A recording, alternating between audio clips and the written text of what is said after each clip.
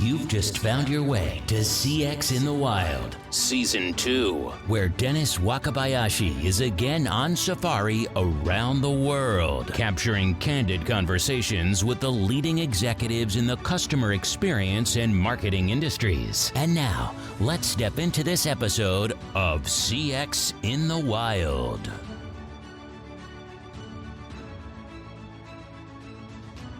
Here we are with Aakrit, CEO of AptEdge. First time we've ever had a guest in the studio, by the way, to talk to us a little bit about what he has going on at AptEdge. AptEdge is a artificial intelligence powered company that is doing something interesting that I find unique in the marketplace right now. What they're doing is they're tapping into the models of GPT, bringing those over into corporations and creating unified search for agents, which means they tap into knowledge that's found in Slack conversations, Jira, production management, things like Zendesk trouble tickets. Can you start by just telling us who you are and what you do? Yeah, thank you very much for having me, Dennis. So my name is Aakrit Prasad. I'm one of the co-founders and CEO of a company called AptEdge. And we started AptEdge a couple of years ago based on pain points, having been an operator for about 15 years at companies like Salesforce, AppDynamics. So I've kind of seen challenges scaling companies from seed stage to growth stage to public software companies. And those pain points inspired me to start AptEdge. Nice. And take me back. What I like to share with the audience is who you are. What made you the CEO you are today? Can you tell me, about your early years? Did you immigrate to the United States or you were born here? Yeah, so well, when I was a kid and in elementary school, we moved from India. I grew up mainly in Ohio. I spent my elementary, middle school, high school years there. And then after that, and lived in a few different cities for work. Nice. Tell me about your formidable years. Yeah, I would say I definitely would be qualified as a nerd. Although I think the definition of nerd has become more flexible in this technology age where everybody is assimilated with computers and excited about technology. But I was a nerd too, by the way. I mean, I enjoyed kind of geeking out on things and just kind of expanding my brain to learn about new things, whether they're in different areas of sciences like biology, chemistry, physics. I used to love physics. That was my favorite subject. I also played a lot of sports. My two sports were swimming and tennis. So I just really enjoyed being immersed in activities where you get to work, bond with other people and like work together as a team to accomplish a goal.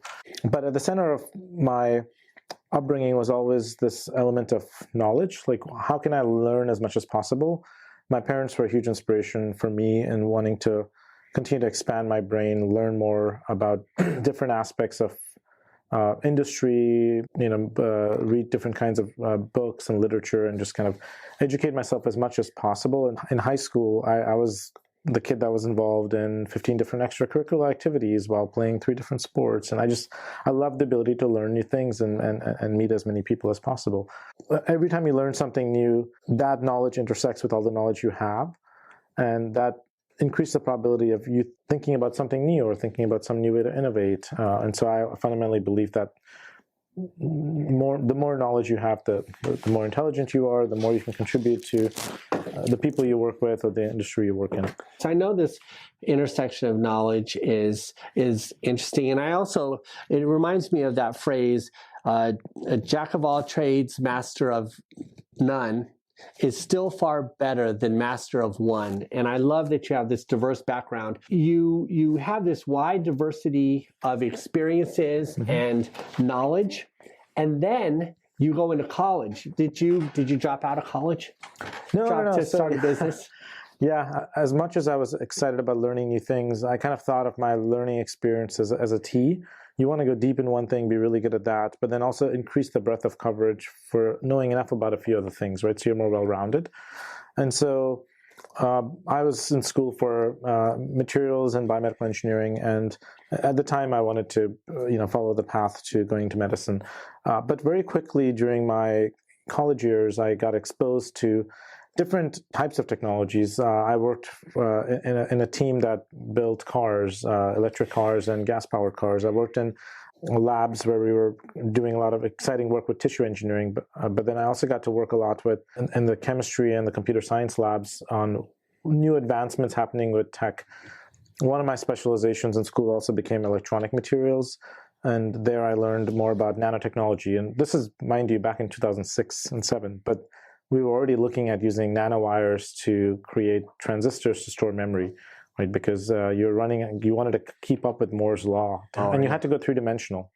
And so nanowires allowed for a way to do this three-dimensionally. Now, Intel was already kind of, in some ways, ahead of academia, and now they've built technologies that are powered through some of the research we were doing. But technology very quickly started to pull me in my college years. And when I graduated, this was around the last recession in 2008 to 10, it was a tough job market. And so I ended up going into the manufacturing industry. And very quickly I learned in manufacturing that automation and efficiency and technology is your biggest cutting edge. And I naturally got pulled, initially I was brought in as a product development engineer at the first company I was at in manufacturing. It was a steel industry. But very quickly I had the opportunity to work on process automation and automating workflows and how do we make people more efficient through technology. At the heart of that was accessing knowledge, being able to understand what is the knowledge that a person has in their mind that is repetitive that we can help automate, or what is the knowledge that is collectively across an organization that we can pull in to drive more automation. Automation of knowledge, you became fascinated with it, but I'm fascinated with a lot of things, but I'm not a CEO of a business that does that. How did you make that transition? Yeah, so at the core of the automation of knowledge is really making that knowledge actionable, right? Like the more automated it is, the more fluid it is, the more you can action on it. So after working at this manufacturing company, I got firsthand visibility into how important technology is and automation and knowledge, making knowledge actionable is to empower efficiencies and competitive advantage for a business. But I wanted to experience that also at a software company because they were arguably at a more forefront of applying software into their business as a software business. And that led me to initially go and pursue a computer science master's. So I completed a master's in computer science, wanted to really understand the fundamentals in the space, got really excited by it, and then joined Salesforce. And Salesforce was a really exciting experience because it allowed me to see how a company was bringing SaaS to the entire market, right? Salesforce was... When you say the entire market, you mean the world. The world, yeah. Yeah, I mean, Salesforce brought SaaS to the world. And what that means is that they were building products in the cloud and a subscription model. And my responsibility there was to work on the scalability engineering, performance engineering, capacity strategy team. So it was trying to figure out how do we scale 10, 100x when you're building a SaaS product. And it was super exciting. I was making sure that the applications that people are using for knowledge are always up and running. So that there's a kind of a high connection there that pulled me into wanting to work in performance systems that make sure that systems are always running and there's no outages and that knowledge from systems is available to everybody using a product. So when you were doing that, were you using AI? AI was very, very relatively new, right? And there just wasn't enough data where it had been trained well enough to adapt to it. I mean, there was some innovation happening there, but we didn't really see the need to leverage it at that point. We were focused on more deterministic problems that were Sure. I was just curious I'm trying to get a gauge on when did AI show up as a tool. So that was 2006 you were there? So 2006 was college, and then I was at Salesforce around 2014. I left Salesforce to then join a company called AptDynamics, which is a fast-growing, early-to-growth stage company building performance applications for the rest of the planet, right? So the rest of the industry. And so that attracted me to take the knowledge I was learning at Salesforce and be able to bring it to a company that was building this for the rest of the enterprise. There was a lot of pain points and challenges that I experienced as we scaled AptDynamics from kind of an early stage company to a growth stage company that then was acquired by Cisco for $4 billion. The acquisition actually happened a couple days before the IPO. So, we got to that point where we were ready to exit the business into a public company. One of the biggest challenges that I face in my responsibility there, which was more managing the product, the core product for the company and the supporting organizations like customer care around it, was the escalation problem, right? And the biggest problem for us was how do we reduce the impact of customer escalations? And almost always escalations are related to a lack of actionable knowledge available to our customers that are escalating the issue based on the problem they're running into, or our customer care teams or our internal teams not being able to find immediate knowledge that can help remediate an issue. Sure, people, I mean, it's real simple, right? If I don't get the answer, got to escalate. Yeah. Escalations led to teams working nights and weekends. They led to duplicate features being built. They led to customers churning, obviously. When customers escalate, that's a clear leading signal that they're either starting to look at competitors, right? And we live in a world now where the average SaaS company has 10 to 20 competitors. It used to be like 1 to 2. Like reducing escalations and providing a really good customer service experience has become a battleground. It's become a way to allow your business to define your brand. Going 10, 15 years back, that's just not how companies thought about customer care, right? They thought about it as more cost center. Basically, before subscription licenses were a thing, licenses were sold a perpetual license, right? So you would sell a piece of hardware or software, and then you wouldn't have like annual renewals or monthly renewals, right? So now that we moved into a subscription economy, it's become really critical that customer care is at the center of that customer experience, because customers can churn. You need to retain them, right? They have tons of options and they have the flexibility to churn. So you set out to solve this problem. So that was 2014. Flash forward, 2019, you started AptEdge? Yeah, we got going with AptEdge in 2019. We didn't really start building until late 2019. We were kind of looking at assembling the core team, validating the problem. We did a lot of discovery with many different companies and prospects to really understand the pain of escalations. We felt this problem during my time at AppDynamics, Salesforce. Even at a company I was at after AppDynamics, I went to an early stage company for a couple of years. And again, same pain around managing escalations. So we went and wanted to validate this problem, myself with my co-founder, CTO, Anthony. And we talked to dozens of companies and found that escalations are becoming a bigger and bigger pain point for companies. And there was kind of some macro trends that were leading to this. You started 2019. You spent the year up to 2020 understanding, but when you say understanding, I think you were just honing down on like, where is the starting point? Yeah, so 2020, we started finding design partners to work with. Also, we kind of hit into the COVID period. It's not an easy time to go find companies to work with you because everybody was panicking, right? When COVID first started, nobody knew, were they going to have a job tomorrow? Everyone's moving to hybrid. There's so much confusion, let alone trying new solutions and looking for new products. But late 2020, we're fortunate to find a couple design partners. And then we worked with them closely in 2021 to build the product. And so we were a beta solution in 2021. As we got out of that in 2022, we converted the accounts we had to paid accounts. And then we started looking at expanding the solution to new businesses. And so we were able to, recognize that while now that we have a GA product, this is a product that we can bring to a lot of the other enterprises quickly to enable their team to benefit the same way that our design partners are now that they helped us build the solution. You have to work with the customer to design it properly, right? So that's a very key part of that journey and building the product the right way. Absolutely. It's all, this whole idea of making a product, finishing it, shipping it, these aren't widgets. Mm-hmm. These are things that have to evolve rapidly. I love that you're doing something simple and bringing unified search inside an organization so that agents can answer questions. It's that simple. Yeah, the other thing I'll quickly share, when we first started building, we were exploring kind of the broader enterprise organization. So we talked to engineering teams, we talked to product teams, we talked to sales teams, talked to customer care teams. All of these teams face the impact of a customer escalation, because when customers escalate, a lot of the industry data will clearly point that when a customer has more than one bad experience, the likelihood of churn is 80%, right? 80% means that 80% of your business can churn if you're constantly providing bad customer service experience. I feel like it's less artificial intelligence and more mixed intelligence. Mm-hmm. Now the agents have wield all of the information that's in these Slack conversations, Jira, production, Zendesk trouble tickets, sort of unifying that in one place. I think it is the way of the future. Speaking of the future, you've been out in the market for a year now. You are servicing different size clients. Are you at liberty to say how many companies have onboarded with you this year? So what I can share is, we've grown from a beta product with a couple accounts to double-digit customers.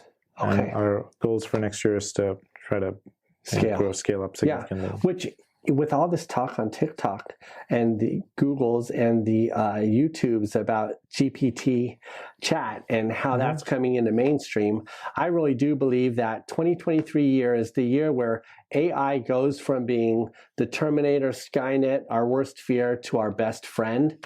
So I think that's interesting that you're sort of creating a new super intelligent best friend option for all the agents inside an organization. Do you have any highlights in 2023 that you're shooting for, milestones that my audience should keep in mind and watch the trends as you do? Our core audience and the companies that we work with, it's the customer care teams that we work with. And we went with customer care for two reasons. One is we felt that these are the teams that are dealing with really frustrated customers all the time, right? They're dealing with a frustrated audience when they're dealing with customer issues. How can we make their life easier? How can we give them technology through AI Assist that makes it easier for them to address customer-facing problems and turn a frown into a smile, right?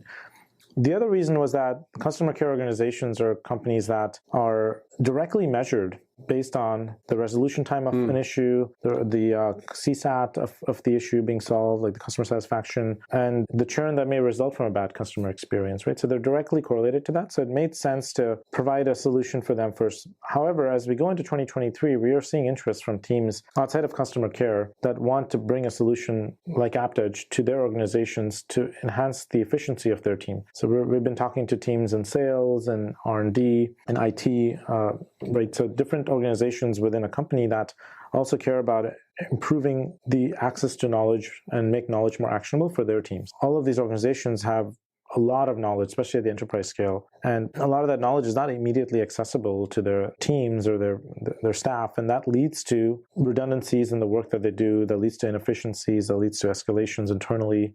If you're having to find an answer for a customer and you send the wrong answer, that's a much higher risk conversation versus a sales team, for example, looking for something and maybe they found the wrong piece of, or maybe an outdated article for an internal communication they're having with another sales team member. I think what you're doing is innovative. I love that you're a new company in a new era of AI and the internet. You're unifying information and knowledge inside organizations. It means a lot to me to share these stories with you. So I appreciate you. What is it that you'd like to get out of a relationship with the CX community? I mean, I'm really just a vessel or a messenger. Mm-hmm. What is it that you're looking to get out of working with the audience? Yeah, the two messages that I like to share with the CX community, one is that there has definitely been some level of overpromise with AI and technologies over the past decade, right? I think it's important to realize that we're in an age now where that technology is only going to keep improving. There's a lot of investment across the industry to make it better.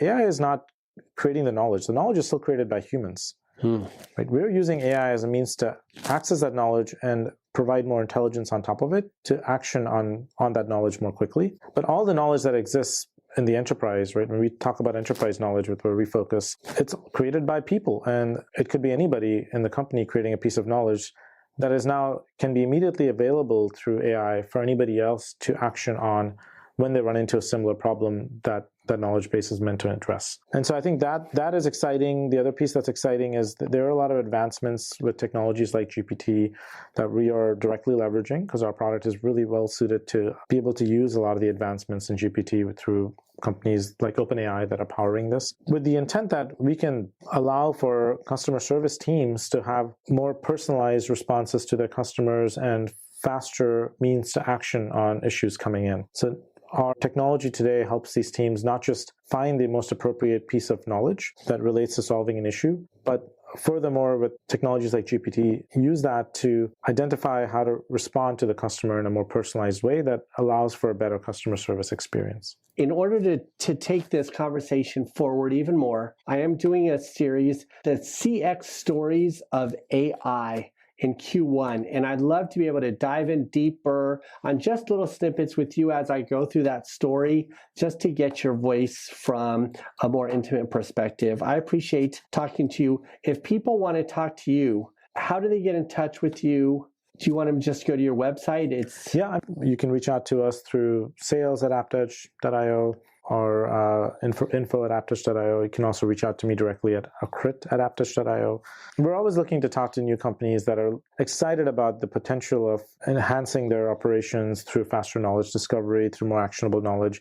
I will say, as to finally remark a few other things, knowledge is only going to continue to grow, and there's a few reasons for that. Products are being updated more and more quickly, so new features are rolling out. Companies are innovating every week as opposed to once every other year. So products are changing faster. This obviously has to do with a lot of the advancements with R&D products and solutions.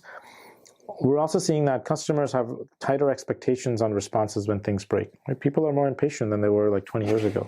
And so the risk of escalations has gone up, and you have to be able to action on information more quickly. And a lot of leaders will often focus on top-level KPI metrics that are being driven by their board on, we need to improve CSAT, we need to reduce our costs, right? But the fundamental piece of all of that is your employees, your team. And if you focus on what can I do to make my team more efficient and smarter, like I've got, 20 people on my team. How can I make every single person 50% more efficient, 50% smarter? That'll affect all the other metrics around. That'll organically improve CSAT, that'll organically improve your TCO, your efficiency metrics, your resolution time metrics, your escalations will get reduced, your onboarding time will get reduced for new folks, and it'll improve the attrition risk, which is also a big problem. It'll keep your team members happier. They'll directly feel that you're buying technology to invest in them, not replace them, but invest in them, make them work more efficiently, help them harness the knowledge to be smarter every single day and learn more every single day. You've really articulated the challenges there I think most leaders are facing. I look forward to hearing more about how you empower organizations to unify search and knowledge and create better customer experience. Thank you for being in the studio. Thanks for being my first guest ever in the studio. Awesome. Thank you very much for having me, Dennis. Thanks for joining us for this edition of CX in the Wild. If you've enjoyed the show today, please share it with someone else who appreciates this kind of original content. And be sure to visit DennisWakabayashi.com to catch up with Dennis or find out where we're going to be on our next CX in the Wild adventure.